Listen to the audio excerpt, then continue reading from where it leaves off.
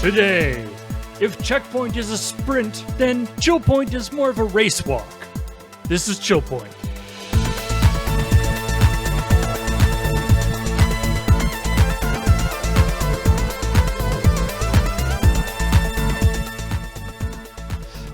Race walk head first into the ground.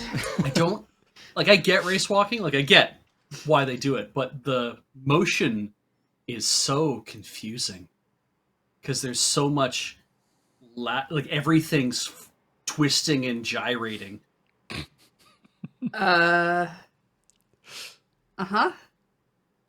Okay. Have you ever watched somebody do that? It's I feel like it's a no. very scientifically analyzed gait that they use. Yeah. But yes. Remember, if you want to tweet about race walking, use hashtag twisting gyrating. That's intercaps. And at the Loading Ready Run account, because Paul's not on Twitter, so you might as well irritate Graham.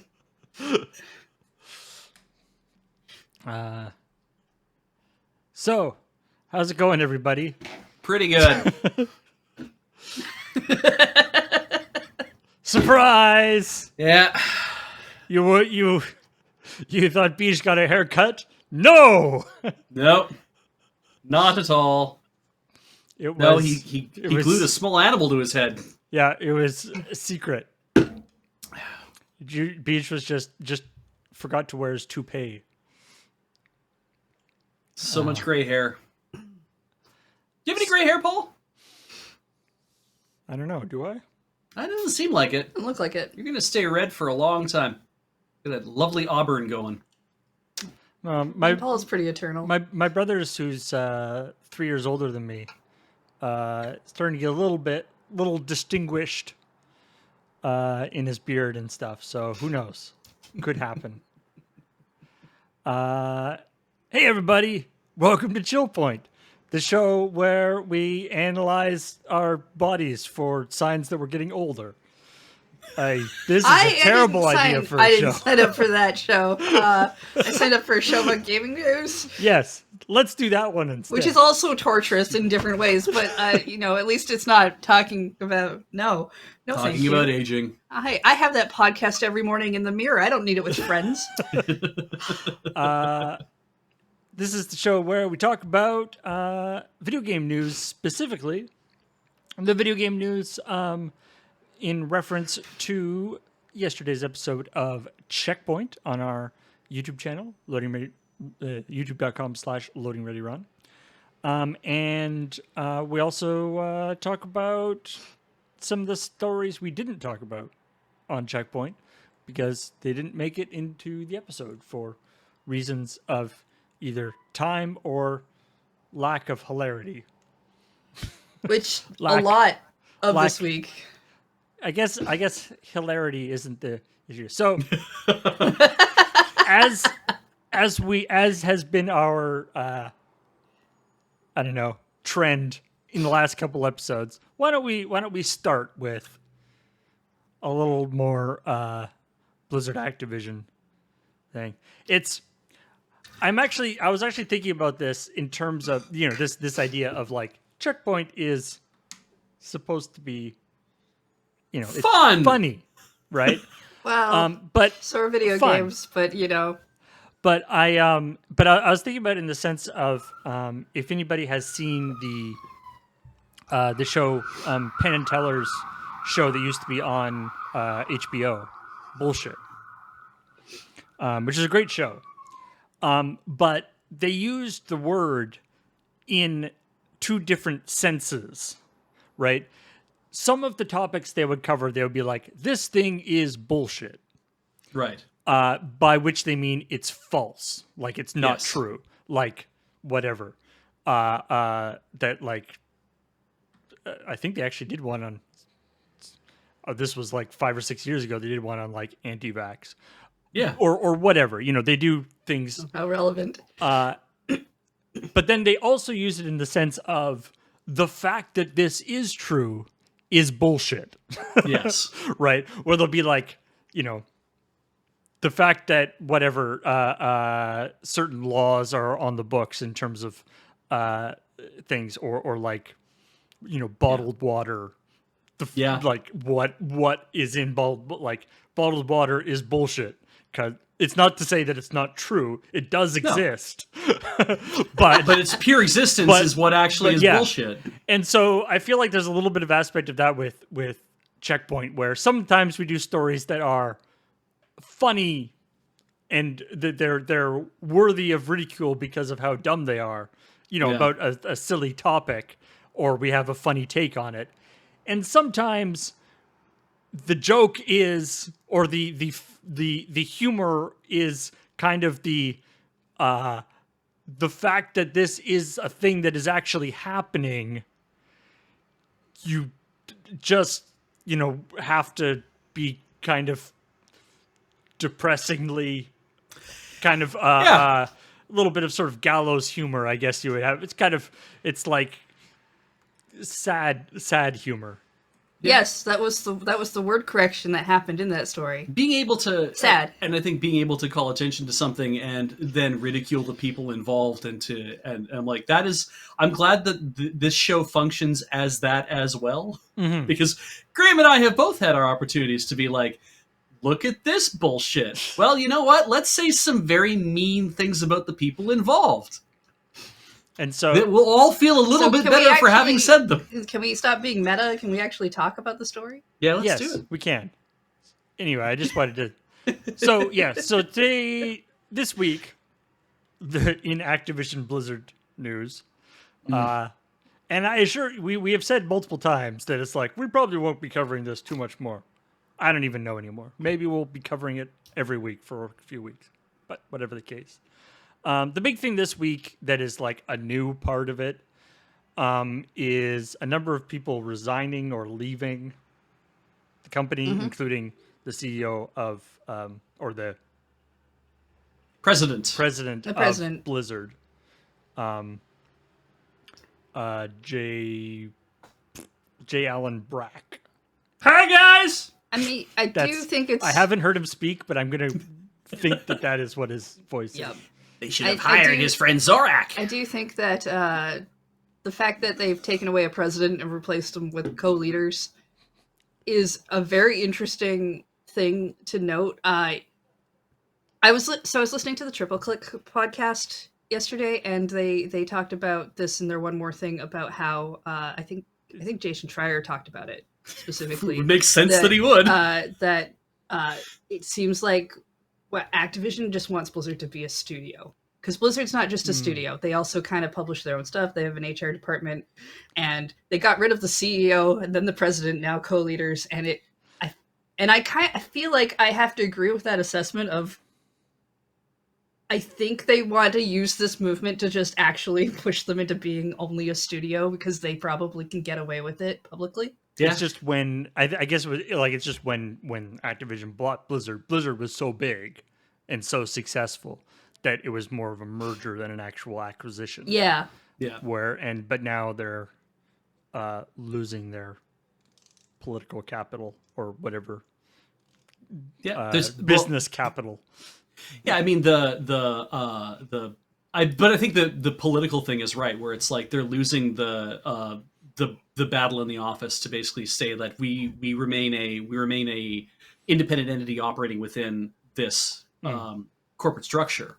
So it's like we are losing the corporate political game, whereof we cannot be trusted. And I'm sure in some ways, because you know who's getting sued here, right?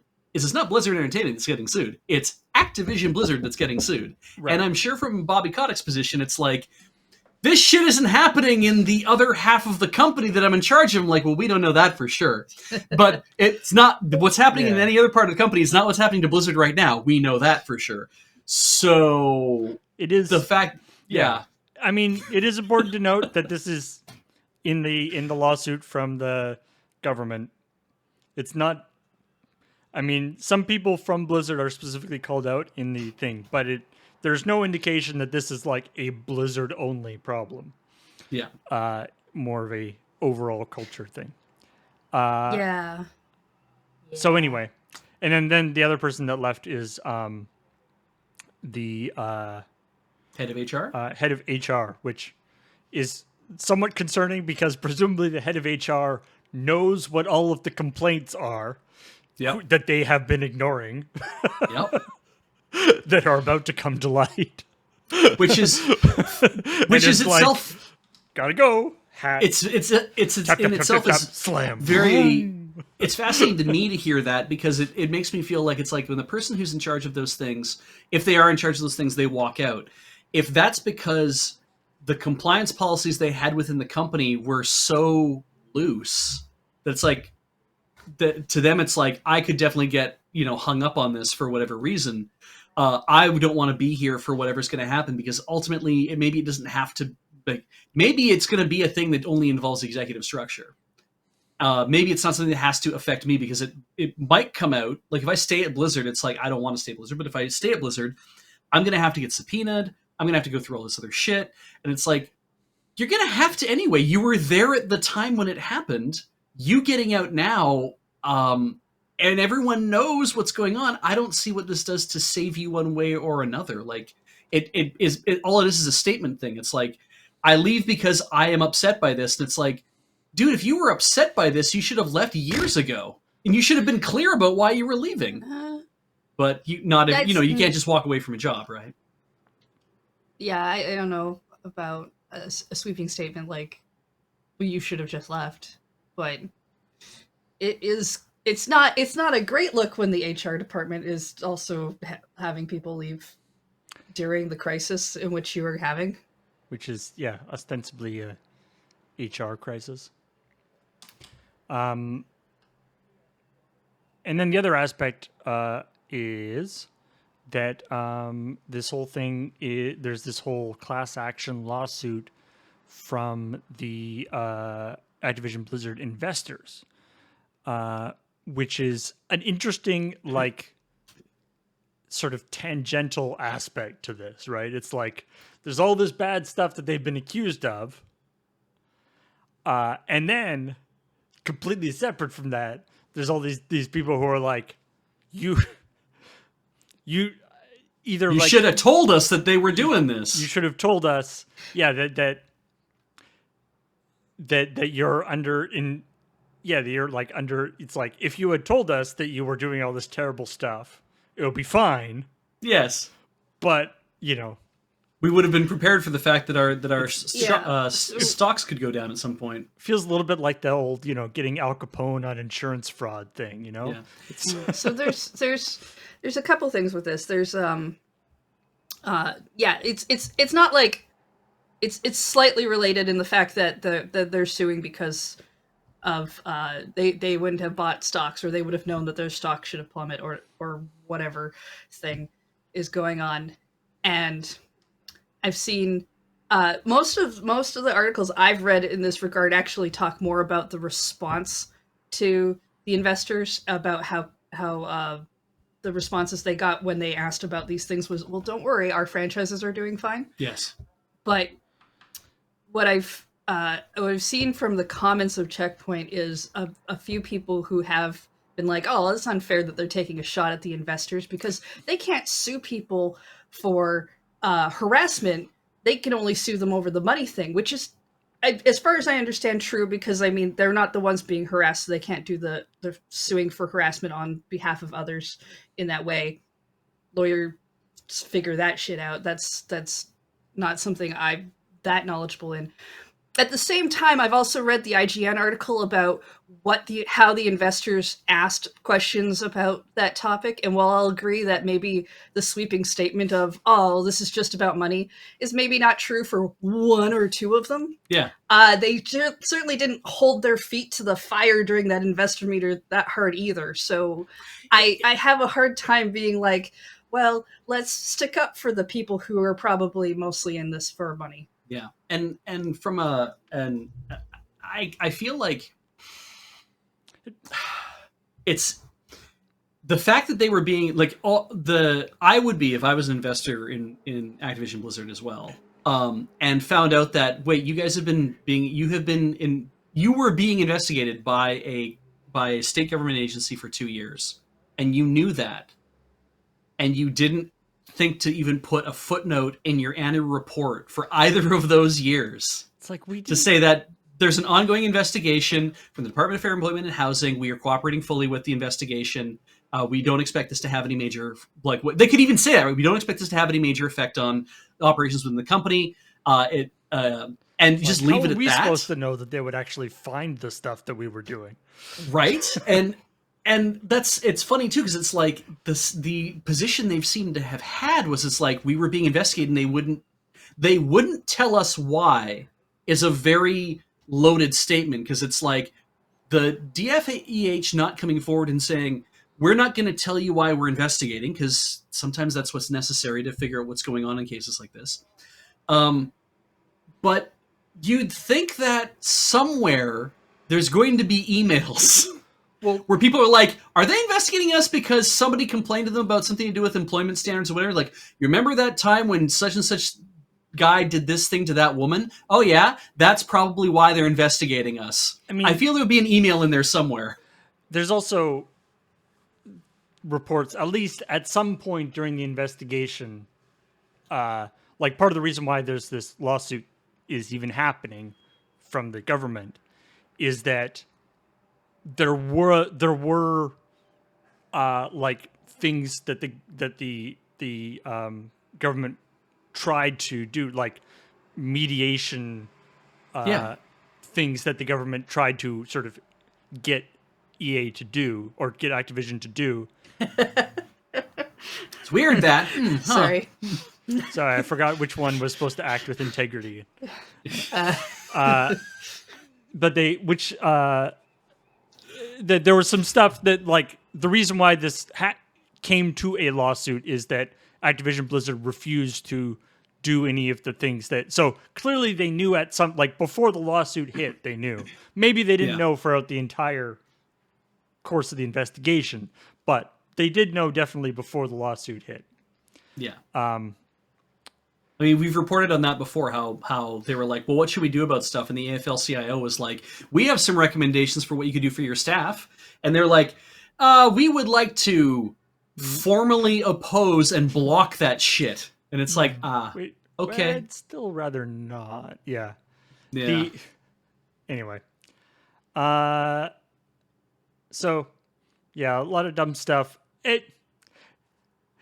I mean, I think the joke, like we talk about the shareholders and stuff, I think the joke there is less us making fun of the shareholders and more just the absurdity of this sort of the whole shareholder system. Like, I certainly can't criticize shareholders for being concerned about the money, because that's literally the only reason why, like, that's what being a shareholder is. Like, they wouldn't be shareholders if they weren't concerned about the money. The idea is that you're going to get an investment back. And if you... Yes. Yeah. So I don't criticize that. But the fact that, you know, it's kind of like the GameStop thing, right? Where it's like the fact that, like, the share price of the company is so disconnected from what the company is actually like as an entity in terms of any kind of, you know, making the world a better place, I guess, or even making, you know, producing it. The fact that those things are so disconnected is mostly the sort of joke, not the. And which is, and the shareholders are sort of a side effect of that. And I do think it's interesting that the shareholders have come forward to say, hey, we have standing to sue because your reluctance to disclose Jesus Christ, what a term, but your reluctance to disclose this stuff has had a negative effect on our investments, and that's a problem because you weren't clear about it, and now we're in this position. And the only recourse we have to show you that we're upset is to attempt to sue you to provide some restitution to the, you know, to basically be like, you are the ones responsible for why we are seeing this change. And you could view this as activist shareholding, where it's like, we are going to take this opportunity to be like, they need to be punished in some way, and this is an way they can be punished. Sure. From a completely different angle. It could be very true that the person who started this, I think it's Gary Cheng, who started the lawsuit based on what was in the lawsuit documents. It's like that Gary. Let's take Gary. Maybe Gary's position is, fuck, I'm mad that they are doing this and they're acting this way to their employees. I wonder if there's anything I can do about it. Well, it did have a negative effect on my share price. Well, that would be grounds for a class action lawsuit because they didn't tell us about the things that were going on.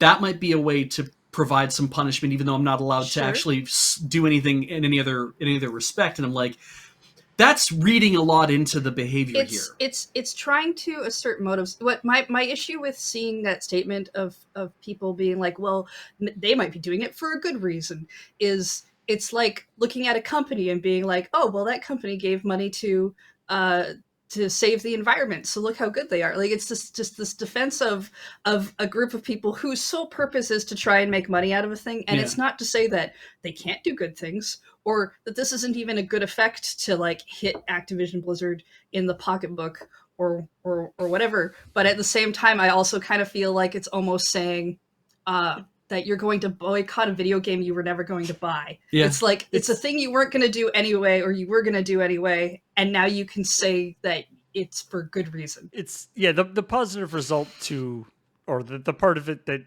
is sort of what we like is just a sort of side effect of what is actually trying to happen, So the other aspect of this, which we didn't actually talk about in the story because it happened in the morning of Thursday, yesterday, is that, or maybe it happened Wednesday. But anyway, there was a previously scheduled shareholder conference call, which came at a very bad time for Activision Blizzard.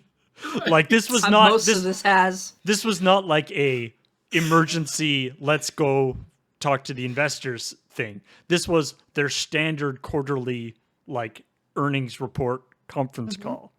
Yeah. It just happened to be happening right now. And the funny the sort of aspect where that people have been that has been sort of remarked upon is the answers to some of the questions, and this particular thing. So the first question came from Matthew Cost from Morgan Stanley. Again, a lot of these investors we're talking about are institutional investors, right? They're big organizations. They're not like mutual funds and all sorts of stuff. Yeah. But so he says, can you talk more about, we've seen a lot of headlines about the lawsuit and employee concerns. Can you talk more about what you will be doing to address these issues? And can you expand upon any extended impact to productivity as you work through the situation? Do you expect any impact on the pipeline? Which is like, question. So, but that's three questions though, right? Like, my favorite thing though is the response starts with, "Thank you for the powerful question." That, when I heard that, I was just like, oh shit, that's the kind of person this is. Yep. You know that you don't have a good answer when that's how your answer starts. Our employees are truly our greatest asset. It's how they make the goddamn games. I mean, yeah. You kind of need them. Yeah. I like this is actually, I'm just reading the Kotaku article about this, which has the nice little sideline where it goes like, "Thank you for your powerful question," responded Chief Operating Officer Daniel Allegre, who noted, "Our employees are truly our greatest asset," and pointed out the company recently hired the law firm accused of union busting when male to lead an outside investigation. The little editorializing by Kotaku there. A sidebar to that, actually, that I saw the other day, that somebody had tweeted a couple screen caps of Kotaku. It's like, is anybody here just like also here for Kotaku being completely sick of the industry that they're covering?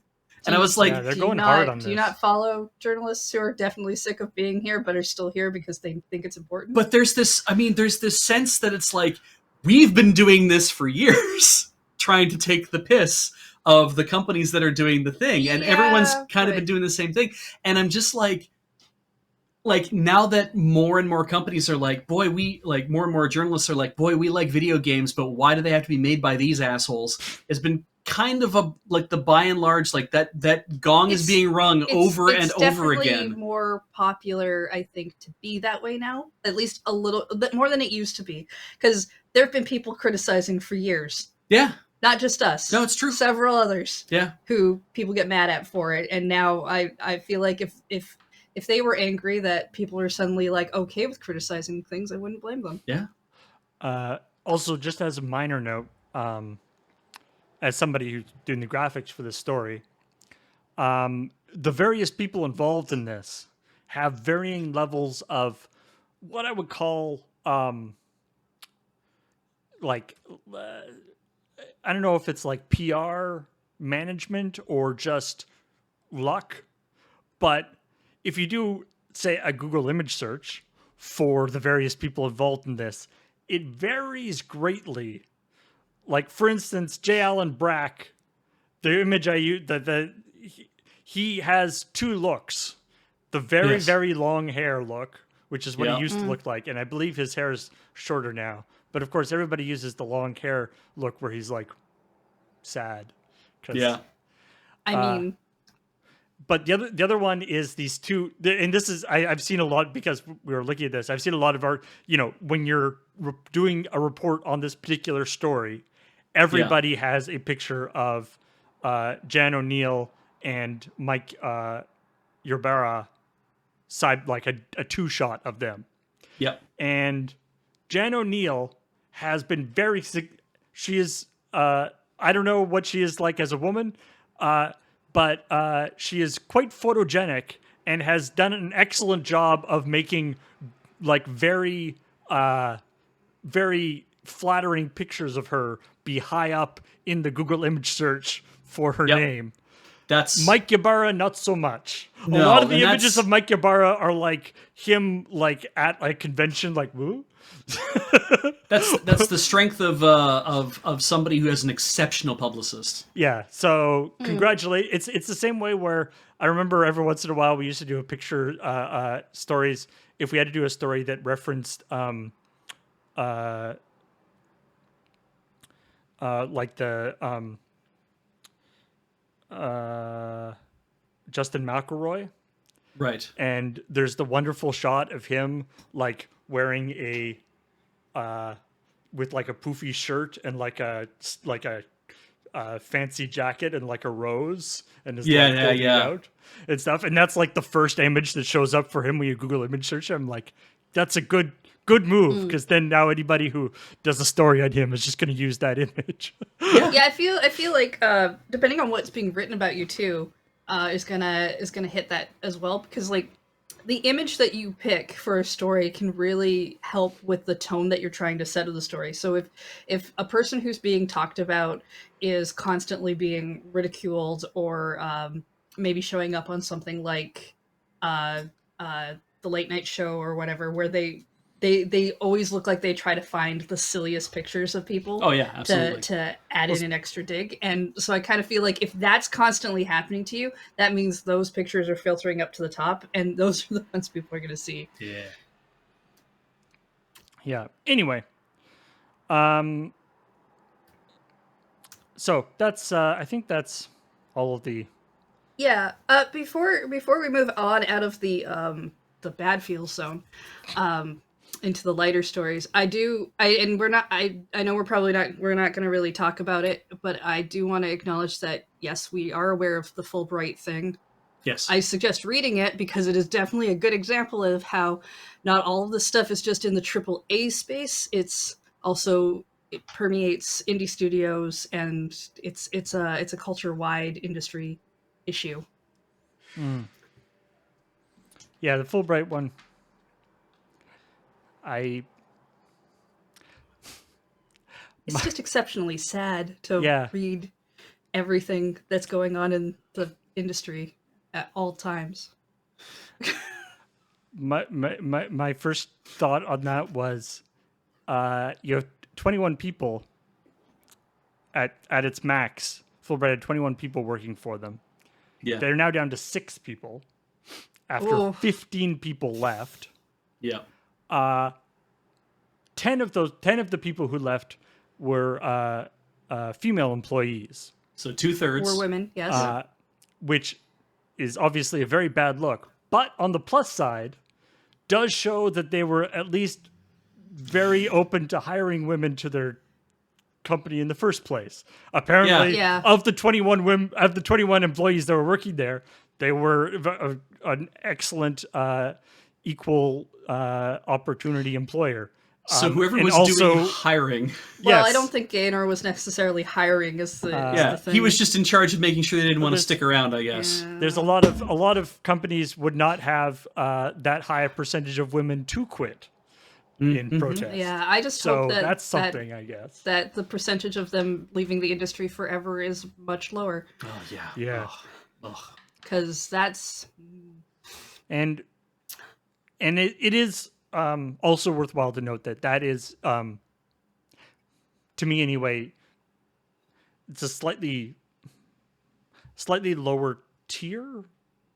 it's nastiness. different than what happened at that's Yeah. being said that Yeah. what happened at Activision Blizzard. If this is the first time you're hearing about it, it has nothing to do with sexual harassment, but it has everything to do with like emotional abuse and gaslighting. Yeah, stuff like that. Just Yeah. a toxic work environment, I think is Toxic the, work is environment, is the- microaggressions. And so go read the story. Yeah. My favorite description of it was like working for a high school mean girl.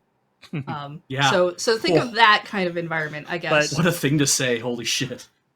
yeah, I guess it's the a really terrible manager is definitely, while bad, still sort of a lower tier of crappiness.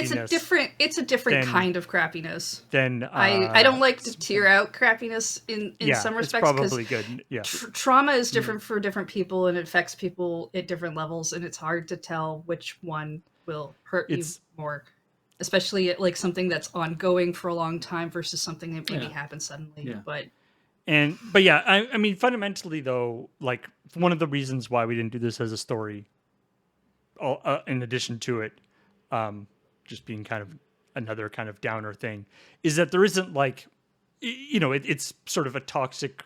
It was sort of the allegations or the thing was sort of a toxic work environment stuff, but there wasn't like specific things that were said. Like he's not being sort of like accused of doing specific things to specific people. It's more just an overall very very difficult Being a to bad work- boss to everybody. very difficult to work place, and he has apparently sort of not acknowledged, but like They look like accepted they're it working and on is it. now and is back, dropped away from being I- in a management position. Is purely now it's only doing writing. He's So he's that's he's a something. writer who's not allowed to have contact with the other staff, which is saying something. Yeah. I do think it's interesting that because Annapurna is the publisher for the Open Roads game that they're being working on, and it sounds like they are also interceding in what's going on, and they are trying to help mediate things as well. Which Yeah. I mean, as publishers are kind of a weird thing because it's like they don't necessarily make their own games, but Annapurna always, because it feels like this kind of indie publisher, it feels like they do spend a lot of time like curating what games they do publish, and the fact that they're kind of reaching out. And I don't even know if that's normal for a publisher to be like, hey, we're going to intervene here in a company. That seems weird to me, but I don't know. And I'm like, I like Annapurna. I hope they able to do something good. Like to me, I think in some ways that's almost what you want, is that like sometimes the publisher has to basically kind of act as like I don't know, the adults in the room or whatever, and sometimes that means like actually, setting the deadline for when a game has to be out, or interceding into the internal affairs of a development company that isn't working and stuff. Obviously, that can go very wrong, and there's many publishers, who are not good and will interfere with companies and stuff. But at its best, that is something that a publisher can actually provide to a small indie studio that is positive, is actually sort of acting as a sort of stabilizing influence. So hopefully that will be a beneficial thing. Yeah, I just thought that was neat to see. Yeah. All right. If we want to exit the bad feel zone into Let's talk something, about drugs. anything. All right. All right. I'm in. Yeah, the good feel zone. Good feels.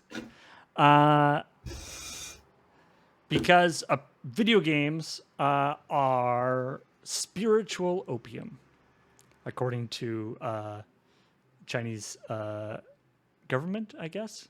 Well, it's state media, so yeah, definitely a government type. Yeah, this isn't like a CBC type thing. This is a CCP type thing. And so this is, back in we talked about this with the facial recognition for limiting time, is that this idea that the Chinese government has been sort of has very specific ideas about sort of what is positive for society in general, and specifically children, and feel that that people are playing this game too much. And to be fair, 8 hours a day playing this game does seem like a lot. Yeah. But instead of putting some sort of public informational campaign together to tell kids that, hey, playing Honor of Kings all day isn't cool. Yeah, they don't have any of those cool commercials about not keeping mobile games in your backpack like they did for us with drugs, and how the parents need to search your backpacks for your mobile phones. What? No, because they can go out the much more direct route of forcing companies to put limits on what games can actually happen. So, is your child playing too many mobile games? Are they playing 8 hours a day, staring at their phone? The answer is yes. I mean, what are you going to do about it? I'm going to give them a fucking Switch and teach them to play some real games. Jesus. Is your child a noob? Yeah. Could your child be kicking ass at a much higher level? So, and this story specifically talks about Tencent, because Tencent is the ones who run Honor of Kings, and this was what was specifically. I imagine any mobile game developer in China has a close eye on this. But to be fair, Tencent does operate a lot of the mobile games in China. Yeah. Yeah. I feel like if you're gonna go with a gaming story that happens in China, it's probably going to involve Tencent, at least for our perspective. They almost always see. I don't read Chinese and I don't read their news, so I could be completely wrong about that. It's interesting too. I mean, like, so here's what we're hearing is that some students play upwards of 8 hours a day of Honor of Kings. Now, we don't know how much some is. If we take everything at face value, that let's pretend everything is absolutely accurate. We still don't know how much some is based on what we got out of this thing, and upwards of 8 hours a day. And it's like, there's nothing about like, is that like, there's a group of 5 students who do nothing but play this game. And everybody else plays like an hour or two, and it's not really a problem. Like, what's going on? What's being actually aimed for here? Is that where they're actually seeing their problems? Or is it really that it's like, largely on average, students are playing 8 hours, and some are playing even more because it's an average. And it's like, is that what's happening here? Not really sure. But certainly the Chinese Communist Party is reaching out to say, hey, this is an issue. And now Tencent's like, I guess it is an issue, and we'll have to do something about it.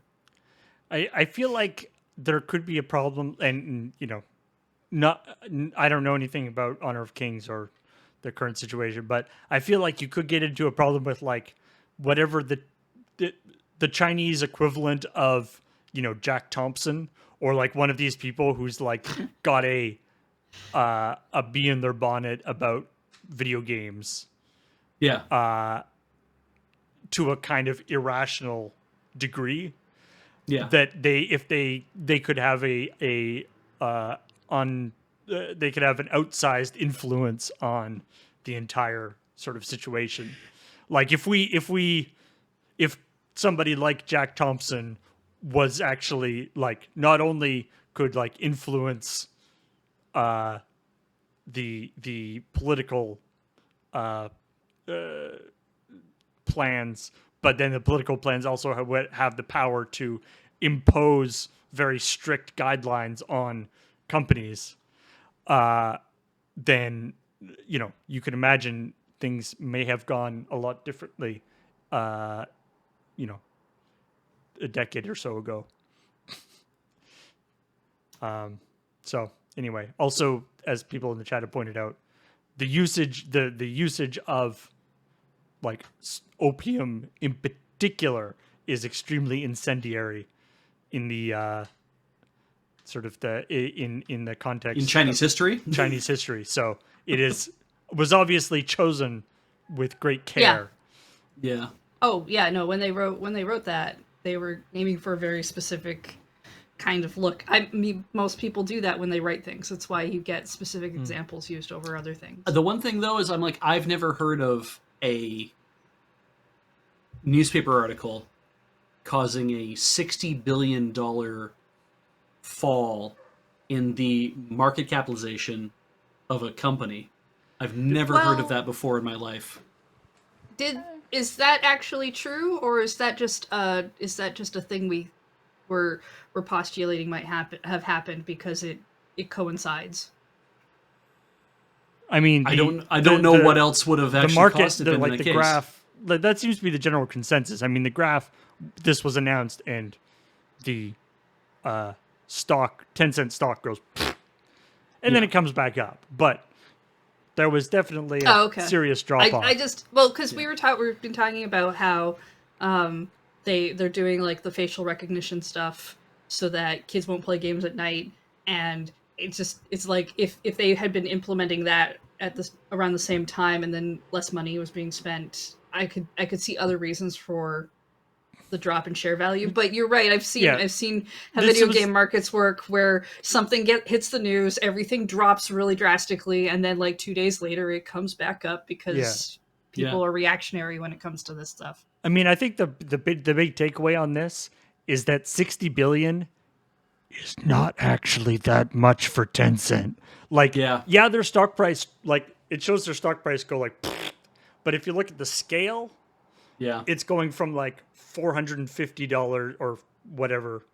It's not dollar. It's in Hong Kong dollars, but whatever it is.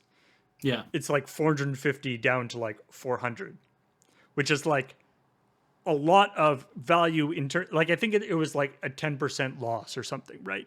Which is just shows how massive a company Tencent is, that it's like $60 billion is like, oh, that sucks. Yeah. Yeah, I mean, I guess if you're looking at it as more like, oh, it dropped by 10%, that feels like a very different kind of number, doesn't it? Yeah. And then mostly recovered. Yeah. There's an aside to this, or rather, I guess more of a sidebar, that I read something the other day about how there was a lot of shareholders at like a lot of shareholders on a stock exchange for a Chinese-owned company took a huge hit to in their investments because the Chinese Communist Party had said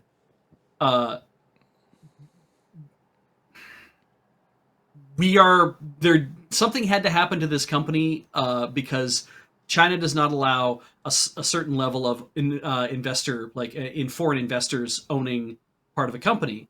And so when all these people had invested on New York Stock Exchange, it took things above a certain level of ownership investment by foreign whatever, and then the Chinese government got involved, and it basically meant that a lot of these people lost a shit ton of money as a result.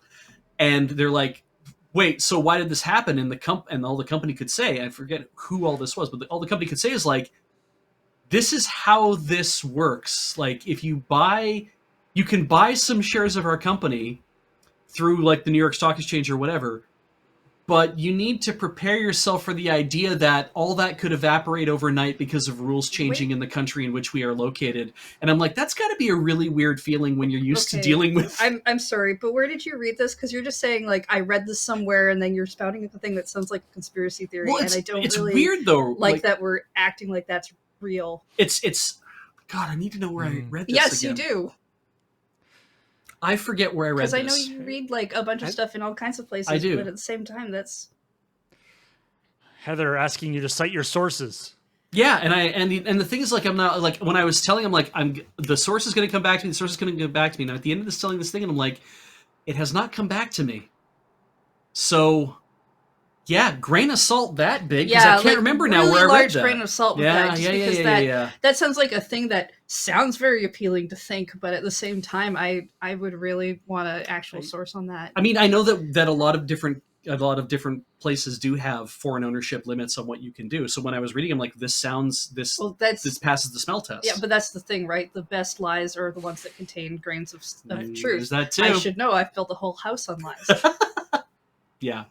So discount what I've said completely until you find the article for it, and then share it with me. Yeah, and then I tell actually me. would like to find out. Link it in the comments. I want to see where that came from. Something. I am personally comfortable with my current exposure to the Chinese stock market. Let's just say. Fair enough. Yes. I feel I'm pretty happy with the stocks of Chinese businesses that I currently own. It might have been a Tencent related article then too. Maricat shared something about. It's on Reuters. Tencent Reuters. Reuters. That's how it's pronounced. Is it right? I know. Reuters. Yeah. Maricat says wrong story. Anyway. Oh, okay. Doesn't matter. Let's move on. Let's talk. Take the salt and let's talk about whatever. Game of life. Yeah. Mario is life. I literally, when I read this, thought that it was John Conway's Game of Life. Because it's a Nintendo article, so it's a video game, right? So, Who? John Conway's Game of Life, you've never seen that? Who's John Conway? He's a programmer. Geneticist? No, I think he was I thought he was a programmer that originally came up with the idea, but perhaps not. Excuse me while I Google because I don't think I'm going to get it. Oh, mathematician. That's interesting. Oh, okay. Aren't those all really just the same thing when you think about it? In a lot of ways, yeah. Up until relatively recently, programmers were actually just considered mathematicians, specific mathematicians. Anyway, oh, that's why you were talking about all that weird stuff with pixels the and pixels thing. Yeah. BS that I was just like, I hope this is funny somehow because WoW does not look funny. It's like beige. Hey, you know, magic. So Game of Life is a John Conway's Game of Life is a what's called a two-dimensional cellular automaton, which basically just means it's just a an old sort of simulation thing, and it was sort of an illustration of how incredibly complex things can come out of very simple rules. Yeah. So basically, you have a bunch of dots. You have a grid of a bunch of squares, and what every sort of step, every generation, the squares either go black or white depending on depending on a couple of rules, and just with those simple rules, all sorts of interesting patterns create themselves and move across the root thing and stuff. It's kind of it's a neat kind of computer science. I mean, to be honest, having played the virtual Game of Life that we did on that one Crossing the Streams, that does sound like a more appealing video game. Yeah, this is Hasbro's The Game of Life is more of how drudging behavior arises from simple rules.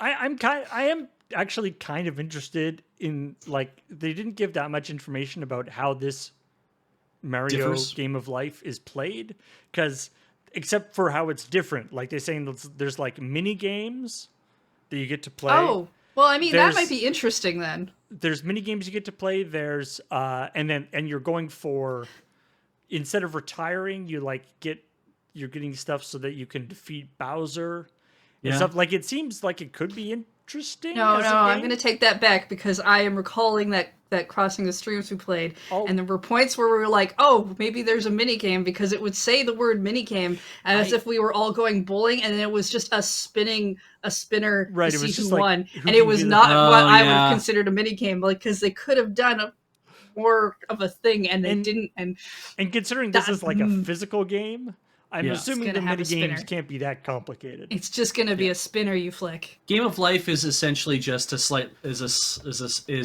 Game of Life is essentially just Candyland for 8-year-olds.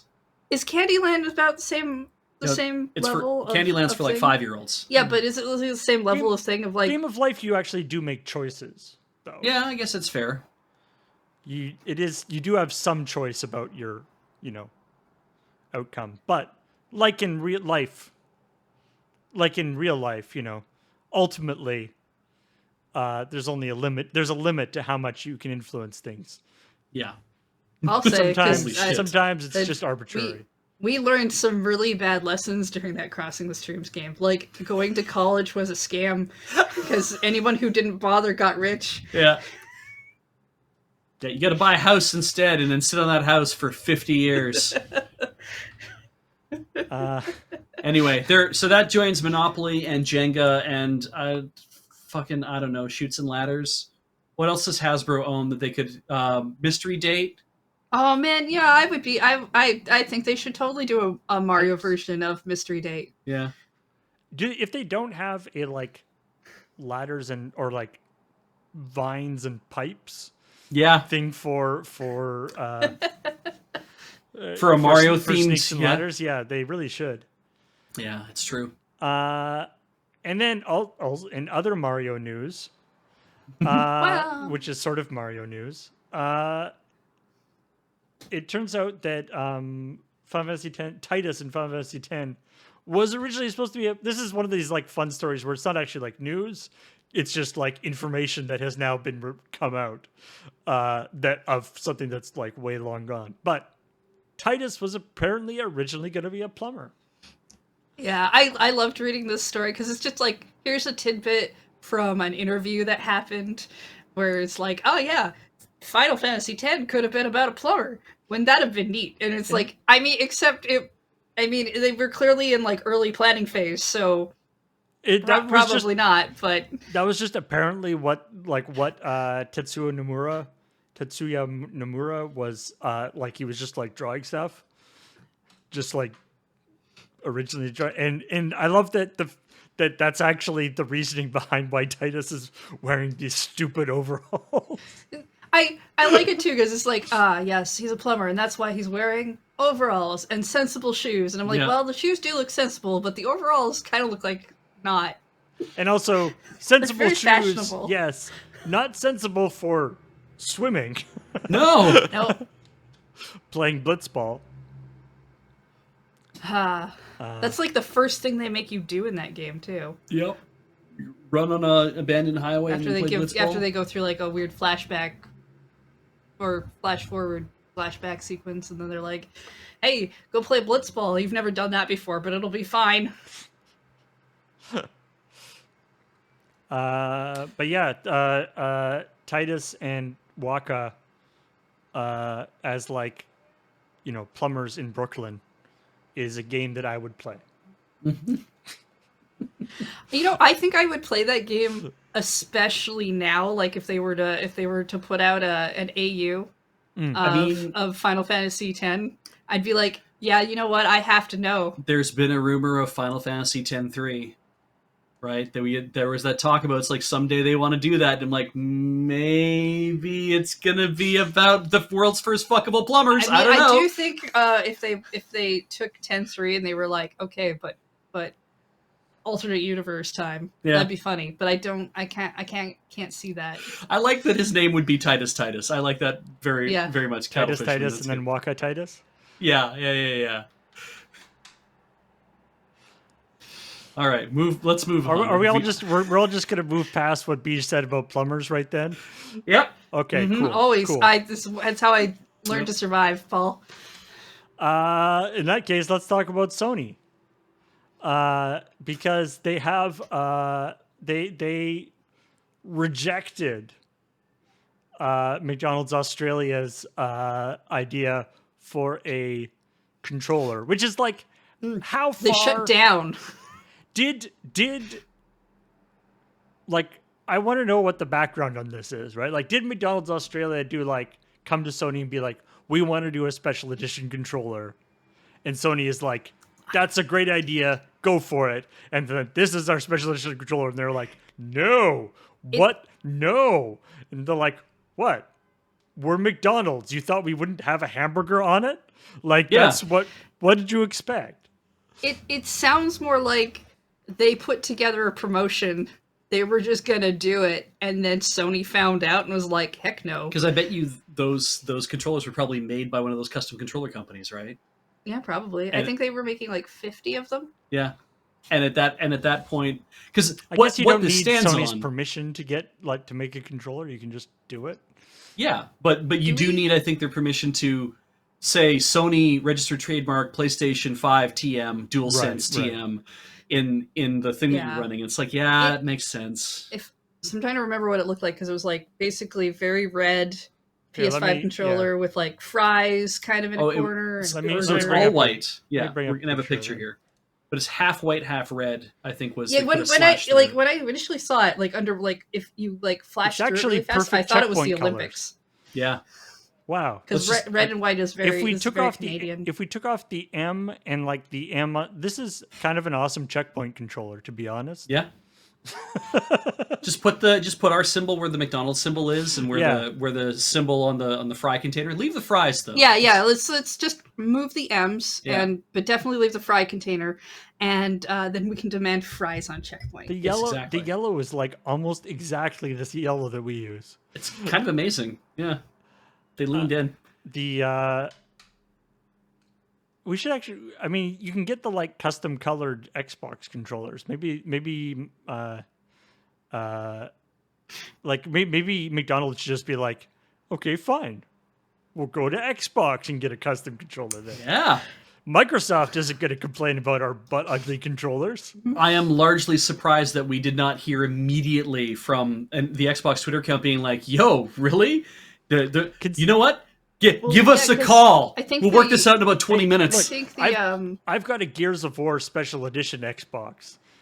Microsoft does not care about ugly looking controllers. I think their advertisement thing was for a stream themed or a gaming themed thing. Like it wasn't like specifically Sony or PlayStation. It's just the controllers are.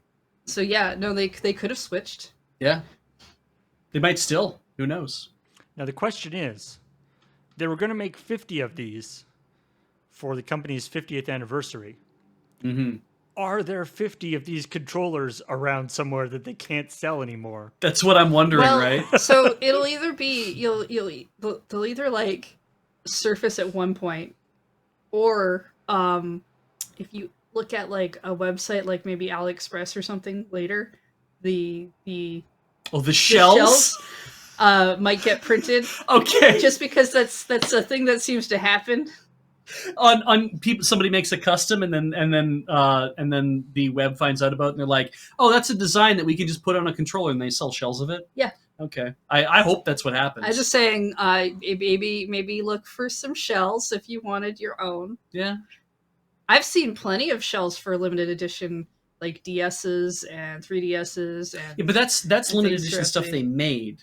This is literally custom stuff that because they only got 50, Mhm. and so but that doesn't mean the person who made the shells didn't make extra and like sold them off to a different thing. I don't know if they would have gone to manufacturing to do it. I think they might have actually gone to like a small company to be like, these are going to be like a vinyl wrap, and they might just be like a vinyl wrap, but then it's replacement colors for the buttons as well. That's interesting. Yeah, because those buttons are custom. That's true.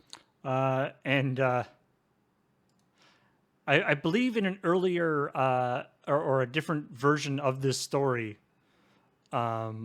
when we were talking about it, writing this story, because Beej goes on to talk about the PS5 dev kits thing as well. But I believe in an earlier edition of this story, there was also talk pulling in the like Burger King thing with Right. Microsoft. You could drag pickles. The, No, like- this was a Sony patent. It was all Sony patents. Oh, really? Because I promise you. There's also the like Burger King and Microsoft collaboration with the like Sneak King Yes. freaky thing too. Yeah. So Sony had that patent for McDonald's. They had that thing that we love to do. Which was never a thing, I mean- actually, by the way. never got made. But part of that patent was also a thing where the commercial would be playing, but there'd be like a picture of a burger on a screen and then a picture of some pickles, and you were supposed to grab the pickles with your controller and drag them onto the burger, and then it would be like, have it your way, and that's a Burger King thing, right? And then it would like skip the rest of the commercial because you've proven that you've interacted. You know what it is that's going on. Does it say "have it your way" sarcastically at you, like it's mad you skipped the commercial? I just think it's weird because it's like it's forcing you to do a thing their way so you can have it your way. yeah, that's how capitalism. I mean, that sounds almost exactly like various like terrible mobile ads that show up all the time, right? Yeah, and it's like- neither of the 70% of people who watch this ad can't put the pickles on the burger. Can you do it? it's like, holy shit, who's been... I should be one of these people who's not watching these ads. Click. yeah. Yeah. But also, the dev kits were on eBay for 3 Yeah. hours. Yeah, which is, I mean, if you've got a Sony PlayStation dev kit, you should know that you're not, like, presumably you've signed a very large document that says Yeah. all the things you're not allowed to do. And I'm guessing putting it on eBay is on that document. I bet you there was like they And had I- said, "Oh, we and need I a bet- we need a intern to come in and deal with this shit," and they didn't know what they were doing. And I bet every single dev kit is uniquely identified to whoever got it in the first place. probably. Oh yes, But they're PS5 dev kits, so it's not like this is like, oh, someone's trying to get rid of some old PS3 dev kits Yeah. or something older. This would be a current hardware thing that you would, unless your business went under or something. I mean, Like- that could be that, yeah. But I'm Or mostly they're stolen. surprised that it's like most dev kits I've seen of consoles, especially like pre-release dev kits, are just look like a computer tower. Like they just Yeah. look like a. So the fact that this has like a custom case, which is super huge and ugly, is kind of interesting. yeah. I was surprised because I was like, "Why did they design a whole custom thing?" But And there's also sure, it's Microsoft is the thing where there's no Microsoft dev kits. Like a Microsoft dev kit is just an Xbox with an extra, like with a thing, like all Xboxes are actually dev kits. You just have to Right. have a thing to put into it to make turn it into a dev kit, which is pretty awesome. And Yeah. that's people use that to put like homebrew stuff onto them. But all right, let's oh yeah, well, also there's the other thing about Second Life? Second Life, yeah. Which is always a fascinating world. Hello?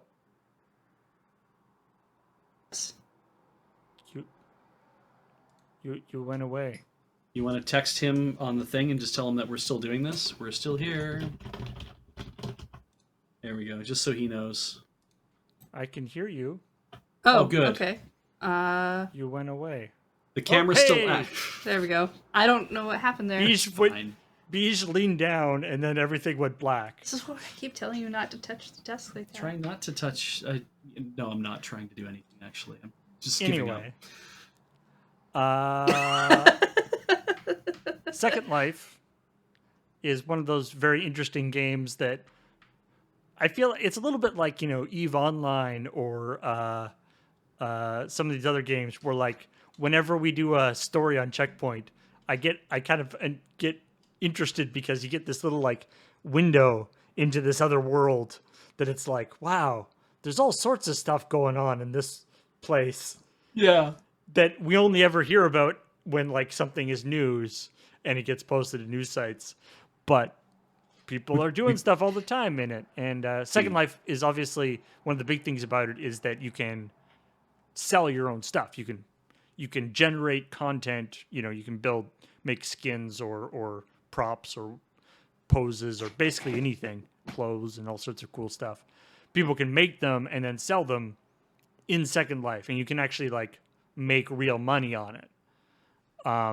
And so, and I kind of, it's sort of interesting that people have figured out that, oh yeah, the same thing that big game companies have figured out and also casinos have figured out is that it turns out gacha games are a great way to make money.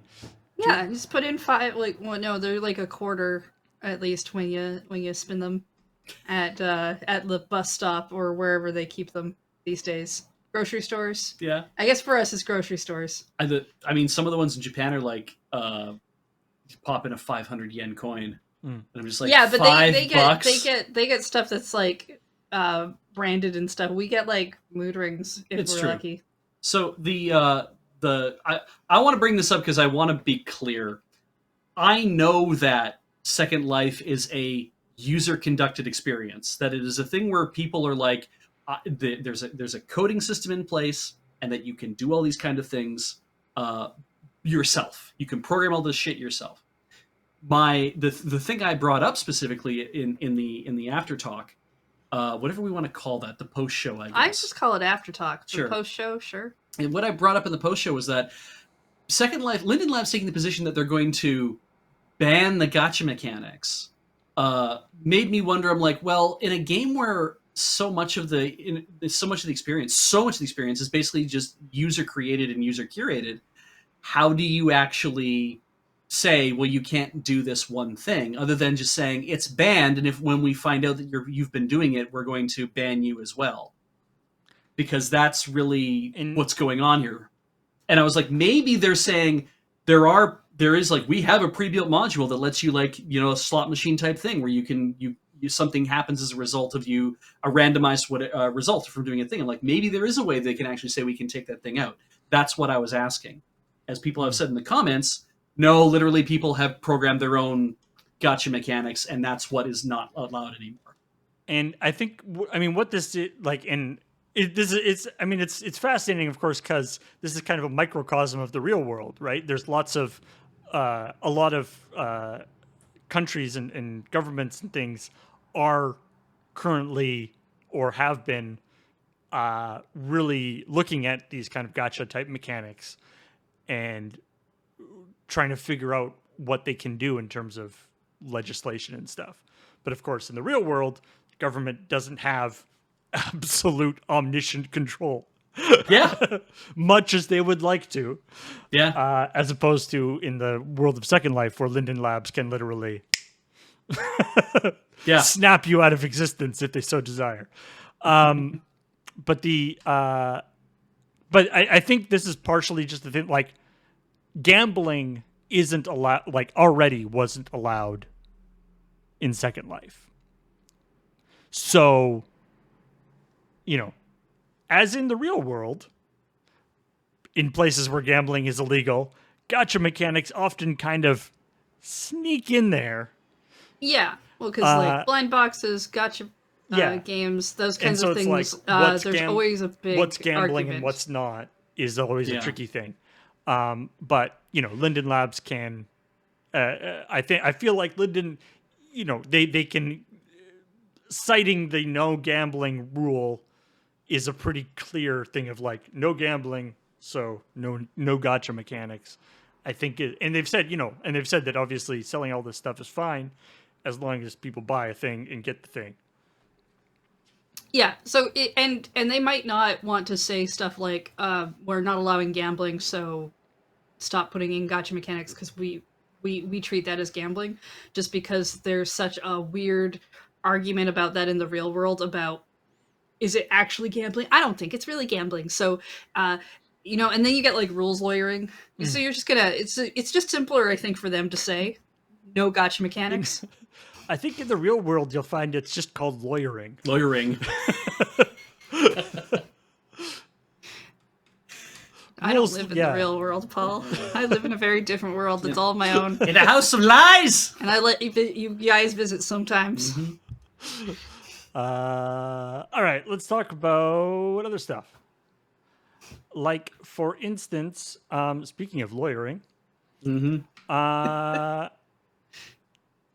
Bungie and Ubisoft, two great tastes that you're like, I don't know if I want to eat this. But anyway, they're working together. They're joining forces to take on cheat makers for Destiny 2 and Rainbow Six Siege. Specifically, a company called Ring One that has been selling. So they're not going after people who are using the cheats, although they're banning them or whatever. But they're going together to actively be suing this company Ring One, who's been selling the cheats. Oh yeah, makes sense. Which it's always great when you do lawsuits against these online companies, because of course the people named in the company are Overpowered, Crypto, and Berserker. I'm assuming that as part of the discovery process of the lawsuit, they will get those people's real names. Mm-hmm. That sounds good. Yeah. At some My point. client, Mr. Berserker. Well, Mr. Berserker is my dad. Yeah. Please call me Dennis. Dennis Berserker. That's a good comic, Dennis the Berserker, and him and Mr. Wilson. What I find interesting, so I mean, for one thing, just suits against cheat companies have done before, but one of the things that this Ring One made, what I would say, a big boo boo, apart from the fact that they were making cheat programs for these things. But one of the things that made them particularly vulnerable is, say you've made cheats for Destiny 2 and Rainbow Six Siege, and you're trying to advertise to people that you have these cheats for Destiny 2 and Rainbow Six Siege. Mm-hmm. What are images that you would want to use to advertise that you have made cheats for Destiny 2 and Rainbow Six Siege? You would use images from the game that you're trying to advertise because you want people who are interested in that game to see it. Aha! Gotcha! That's Now- copyright You're infringement. using Yeah, copyright materials. So now, but it's like, so now we don't even have to, like, because the whole, like, proving monetary right. damages. It's harder. Proving monetary damages caused by cheat things is a whole, like, sometimes they can do that and sometimes they can't. It's a tough job to sell it because you've got to explain to a judge or jury or whatever. You have to explain, like, the game and the environment of the game and how the cheat is going to affect Right. players playing and stuff. But if you go like, bam, these guys used our copyrighted stuff.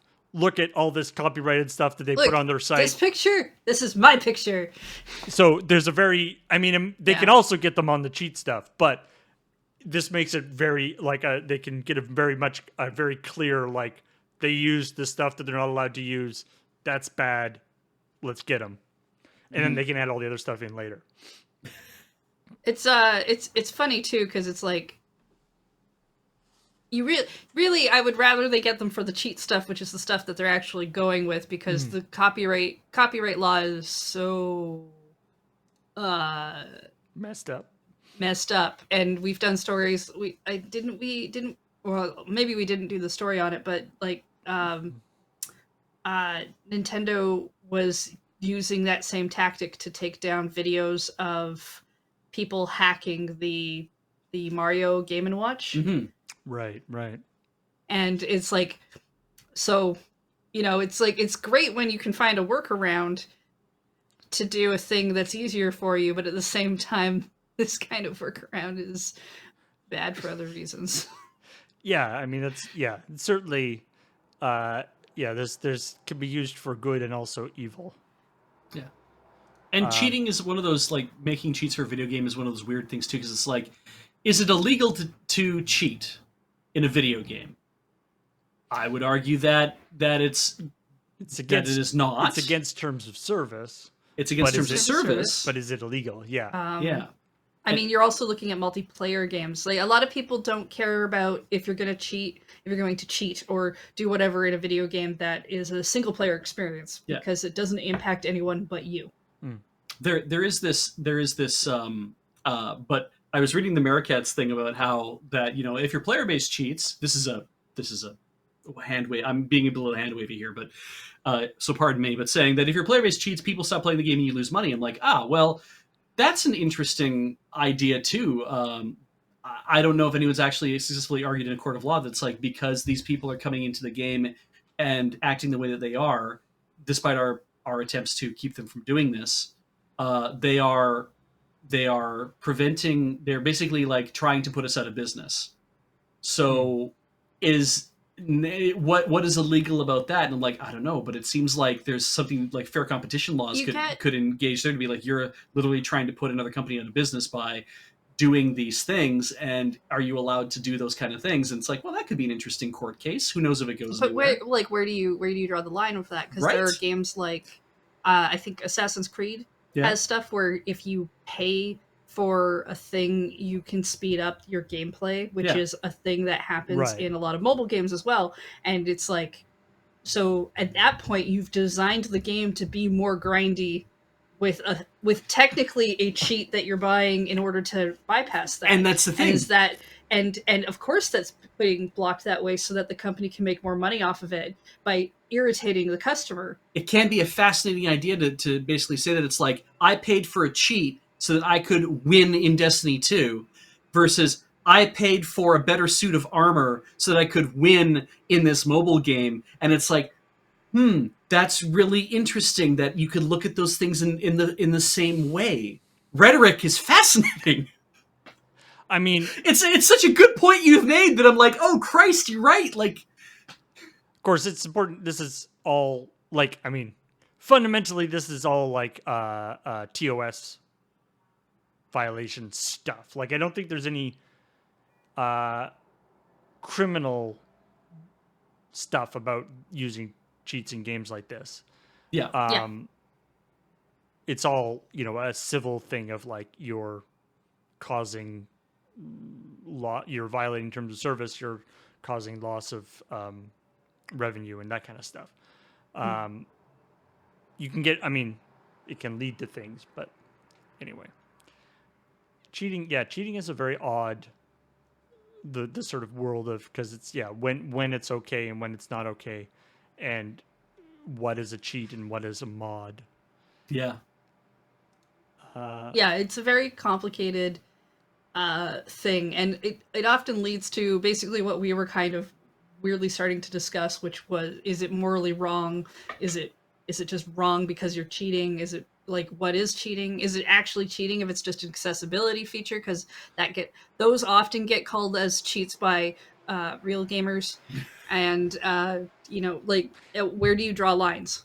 Right, and also like things that add accessibility features, even if they aren't cheating or nobody thinks that they're cheating, use the same mechanisms as a thing that as a thing that's cheating would do. So if a company goes in and updates their program to close that access mechanism that cheats are using, they also inadvertently close the access mechanism that the accessibility thing is using, which sucks. Such is the way. What we're saying is we need an all-drug Olympics. I don't think that's what I was saying, but okay. I mean, I'm not technically opposed to the idea, but that's sort of an unrelated topic, I guess.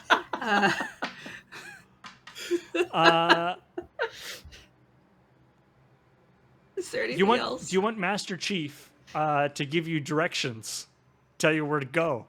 Hell no, I've seen how he drives. Because there's a Halo Infinite update for Waze, which is a navigation app for like your having your car or whatever. And you can have either the Master Chief or the Banished War Chief, Escarum, as voice options.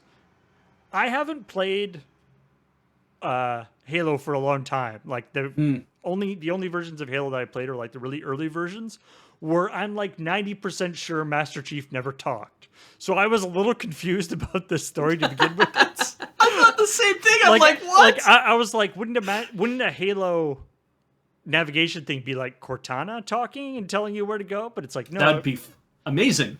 Apparently, yeah. Wait, people are like, wait, Master Chief has a voice? I guess he does later on.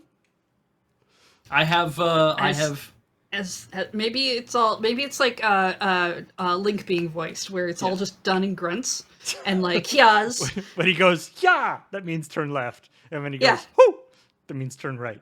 I used to have the voice for my GPS was Samus Aran. She doesn't talk either. I had to look at the map all the time to see where I was going. That was a joke. Yeah, I got it. I'm good at jokes. I thought that was real for a second, and I was like, I don't remember this. I mean, she talks in Other M, but nobody has ever played that game, so... Right, no one knows what she actually sounds like. Mm-hmm. I mean, Siri is... Siri is Irish now because I like that, and I like to think that Samus is Irish too, then. You would. It's like whiny Samus from Other M. Oh, Christ.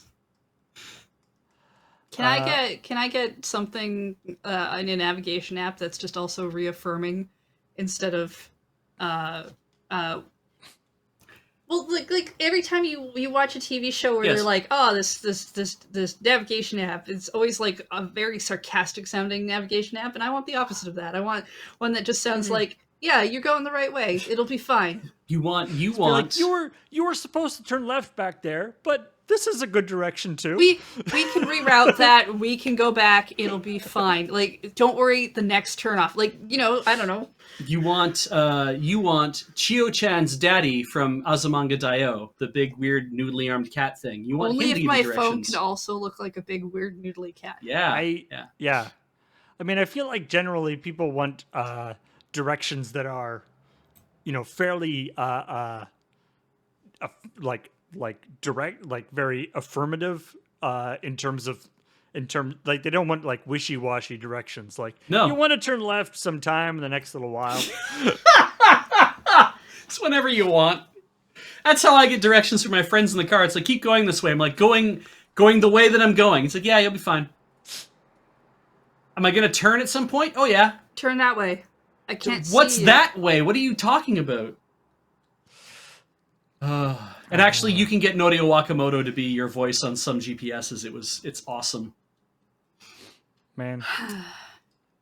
We should just get like more people to record GPS voices. Like, right? What do you have to do to get someone, like, how hard is it to record a GPS voice? Like, is it just like a day in a recording studio? I don't know. There's probably a set number of lines you have to do, because like there's got to be, like, there's so many GPS voices now. There's got to be like a pretty well-defined system of getting it to happen.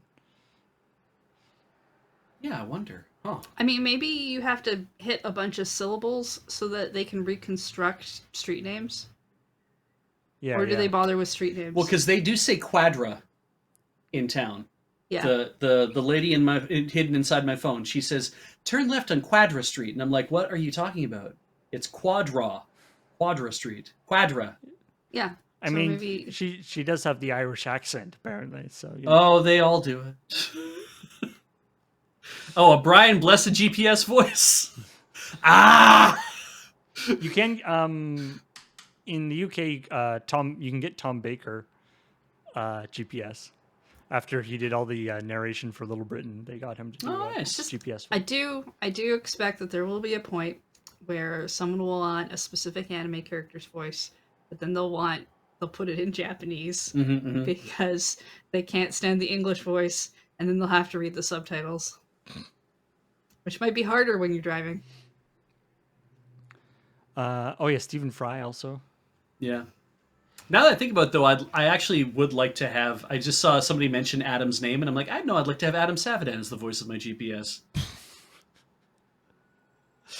It just also randomly insults you occasionally. Just If you take the wrong term, Are we it's talking? like get good. I'm sorry, we're talking about Adam. He's never insulted me. No, he would be like, get good or whatever. He just kind of like maybe he It would de- it insult you. depends- He would. depends on- I don't need to be told to get good. He already knows that I'm good. Oh yeah, when you arrive, he goes, "We're here." Oh, that'd be great. That would be so good. good. it's like Your driving sucks. oh man, and then you're like, if you just go through like a yellow light, you're like, ha ha, never punished. No, that's the line he says when when you get pulled over for speeding. Shit, I'm gonna have He just yells out, "Never punished." Or when you outrun the and cops. they're just kind of like, sir. Just the guy walks up to your thing and he rolls in the window and the GPS just goes, "My dad was a cop," and it's like, "Excuse me, sir." It's like it wasn't me. Let's hey, here's a fun game. Who's up? The title of this the title of this article is on Polygon, in fact. Who's up for some retired men's nude beach volleyball league? Anybody? Nope. Anybody? I'm not retired yet. I don't want to look at ding dongs. You don't see any. Weirdly. Soda. Well, so then, what's the point? Lots I of don't know. man-ass. there's a game called Soda Drinker Pro that you might have heard of. I feel like maybe Corey and Cam might have done it a little bit on Sounds like it. on like Talking Sim at some point. I feel like it's the kind of thing that Corey would be amused by and show off on a stream. Oh, watch it! It was on Watch and Play. Okay. So the creator of Soda Drinker Pro, Will Beerley, has a new game called Retired Men's Nude Beach Volleyball League. And it's there's a video of it, but it's what it says. It appears to be like a fairly regular, like sort of I would call it like NES, Super NES era like volleyball thing where it's sort of like 2.5D and moving up and down. Yeah, and doing yeah. stuff. It just happens to involve older naked guys as your team members. It's got a killer soundtrack, and also there's way more to the game. Like there's story built into this game, and it's kind of, I didn't expect it. Like watch the whole trailer and I think you'll be kind of surprised by like, oh, he's hinting at something here. It's very interesting. But the song's really good. There's a link to the article which also has the trailer. I hope they're wearing sunblock because that's a lot of skin to get burned. Even the ref is like nude from the stomach down. So I was like, they just bought a shirt and somebody has to wear that shirt. Beerley says he hopes to make players want to hug their grandparents or anyone else they love. It was sponsored by the Humble Bundle or like Humble Company. Humble Games. Humble Games. Or and so it is available as of now, I think, or maybe Tuesday as part of the Humble Choice, like their monthly. Okay, that may be Humble Bundle then, because Humble Bundle and Humble Games, I think, they're two separate things. One's a publisher. Yeah, and it's one's not like a game Humble bundle. Bundle package. It's like if you're subscribed to the Humble Choice thing, which is like new games every month that you can just download. So there you go. If you want to play it, that's how you get it. Yeah, if you like looking at nude people playing volleyball, you don't have to play Dead or Alive Extreme anymore. You have other options. Oh man, DLC content for Dead or Alive Extreme Volleyball. Just like the most old men from Tekken. that would be an excellent like troll move. This is just an awesome toy. Makes me sad that we didn't have toys this cool when I was a kid. I mean, you've got money now. Sonic the Hedgehog. There's a boss fight toy from the Robotnik Death Egg robot from Sonic the Hedgehog 2, which is like Robotnik in a big robot suit. This looks pretty good. There's actually, a toy that is the robot thing. It's about like this tall, and Sonic like in a ball with like a little catapult. Yeah. Because you jump at him. But the best part is the Robotnik thing has a panel on his chest, and if you can hit that panel with the Sonic with the little like spring-loaded catapult thing, it like rotates and it's like battle damage. And if you hit him again, it rotates again. It's like spring-loaded, so it like rotates again, and there's even more battle damage. And you hit it again, and his arms and legs fall off. He just collapses into a pile of parts.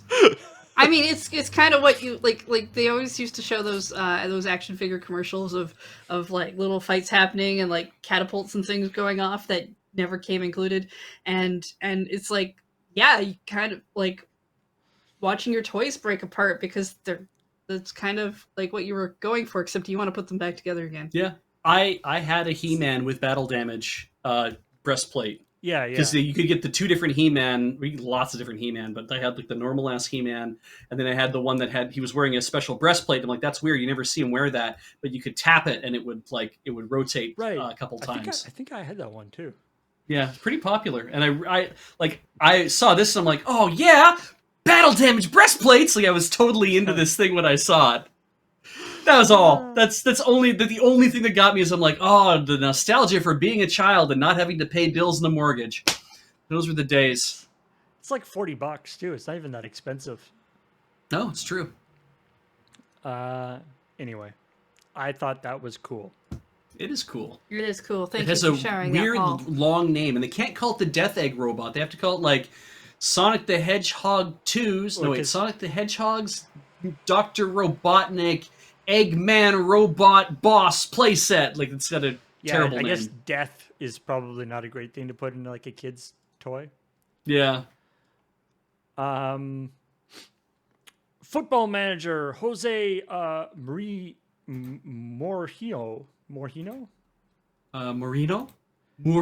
Yeah, Jose Moreno agrees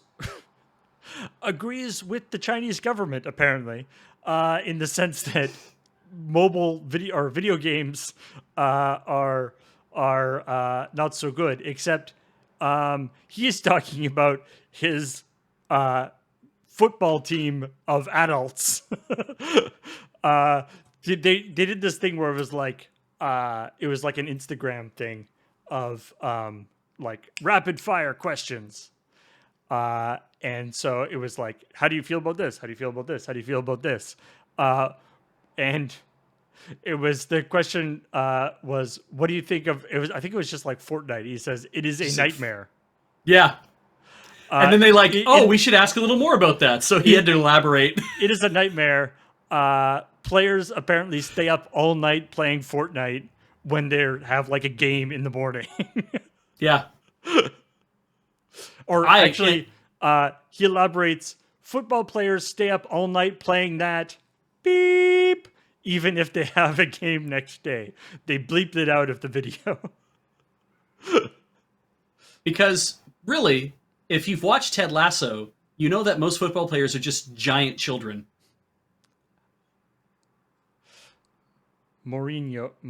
All adults are just giant children. Mourinho? Sorry. I apologize for my terrible pronunciation. Jose Mourinho. Anyway. I mean, you probably do want to redact calling out Fortnite like that, because given the way that Fortnite likes to acquire everything and put it in their games, you might want that relationship for some of your football players. There are already soccer players in Fortnite. Yeah, there are already. Neymar Jr.'s in there. My thought for this. My take on this story is, I mean, why not lean into it and just turn into an esports team? Like, if your players are so big on playing Fortnite, go play Fortnite. Yeah. I mean, There's okay, a couple but of there's a couple of football clubs that actually own esports teams already. By the way, Yeah.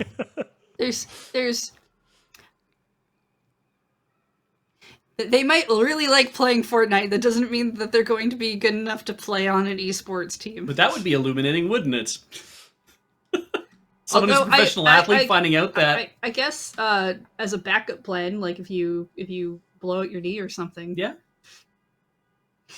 Yeah. So I think that is all the extra pieces of news we have. The car alarm going on outside my window tells me that this is the end of the stream. All right. Oh wow, that's a really elaborate setup you got there. Yeah. But I when it's the end of the stream, there's a guy who goes down and sits on a car down the street. Tries to steal a car, and tries Yeah, to steal your car. It's their own car. You might they're stealing. you might not hear it, I guess.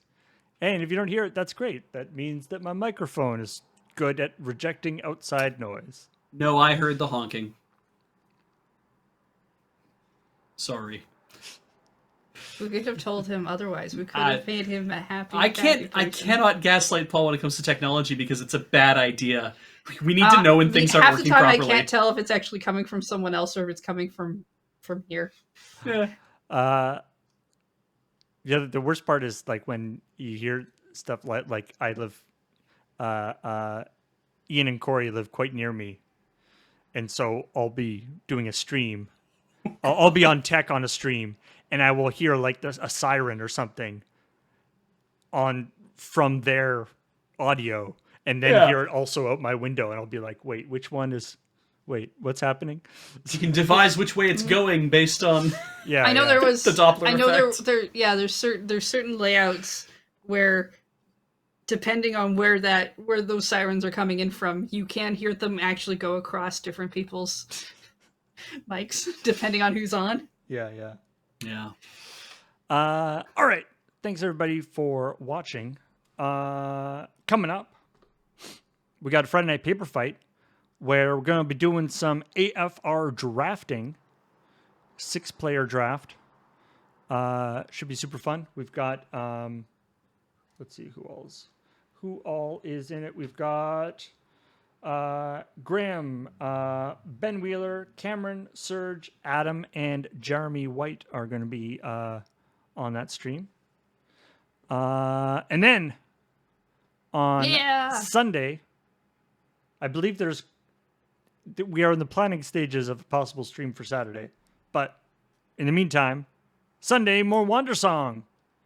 Yay! Yeah, we can hopefully stop being sad in the game soon. Oh. I think we're getting close to being not sad anymore. Sad in the game? Yeah, he got very sad because he got rejected as a hero. Wow. He thought he was doing the heroic thing, found out there was actually a hero, and the hero told him off, and he got very depressed. And now we're slightly less depressed, but the screens are still blue, so I think we're still sad, because it takes a while to get out of that. All right. And then later on Sunday, Is This Your Card?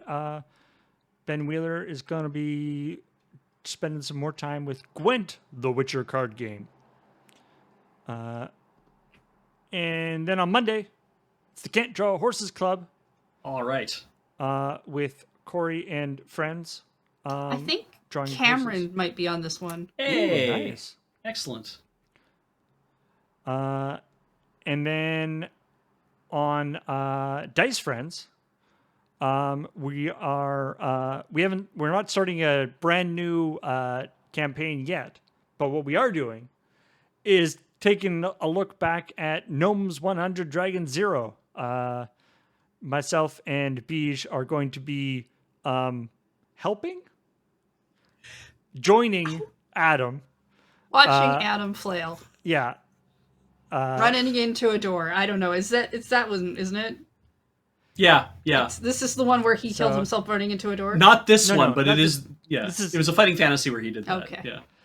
This, yeah. So I'm not entirely sure, like, the way Gnomes 100 Dragon Zero is structured, I feel like we might just kind of, like, we sort of got, like, partway into it, but it's one of these ones where you'd go all sorts of weird random places, so we might just end up, like, starting again or something. I don't know. Yeah. Whatever the case is, it'll be silly. So come on and check that out. Yeah. And then on Tuesday, back to 9 o'clock, followed by Orcs Must Die 3 on Wow. Talking Simulator. Why must orcs die? I didn't realize they made a for third the third one. time too. Is this the one that was a Stadia exclusive? Maybe. I remember that was the thing, that like one Orcs Must I Die think was this like is- one of the initial Stadia Holy exclusives. shit. I think this might be the newest one. Yes, that is correct, according to Magical Attack Gecko. One of the like 12 games that were Stadia exclusives, most of which are no Oh, longer Stadia It exclusives. came out on Steam last month. All right.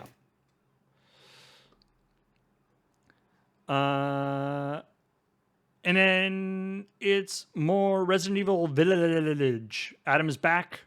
So Adam and Ben are going to be going back to the Spoopy Village on It's a good thing he's back, actually, because otherwise it'd be hard to do that, Dice Friends. Yeah, it's true.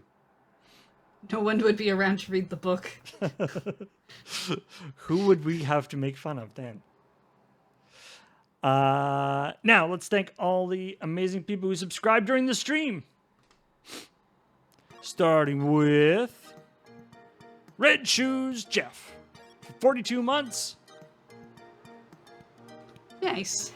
Inkslayer for 64 months. Nice square number. And Johnny Kefka with a big 96, keeping that streak alive. Nice. That is, I got to figure out how many years that might be. Do you 10. do you have a snake in your boiler? If so, call Boiler Snake. He's been working on that for 16 months. Pseudo is a new subscriber. Welcome. And Scotty for 30 months. Welcome back. That was Scottle. And Scott- Scuttle. But Scotty makes more sense. Scuttle. And Fairbender, 27, sneaking in there with 150 bits. Because otherwise there would have been no bits. There would have been no bits. Sometimes you just gotta make sure there's bits. Not doing double negative. No. Wait. Other button. Ha! Thanks everybody for watching. And thank you for joining us. And if you haven't already, you should check out the actual episode of CheckPoint on youtube.com/loadingreadyrun. But in the meantime, we will see all y'all later. Bye. Bye.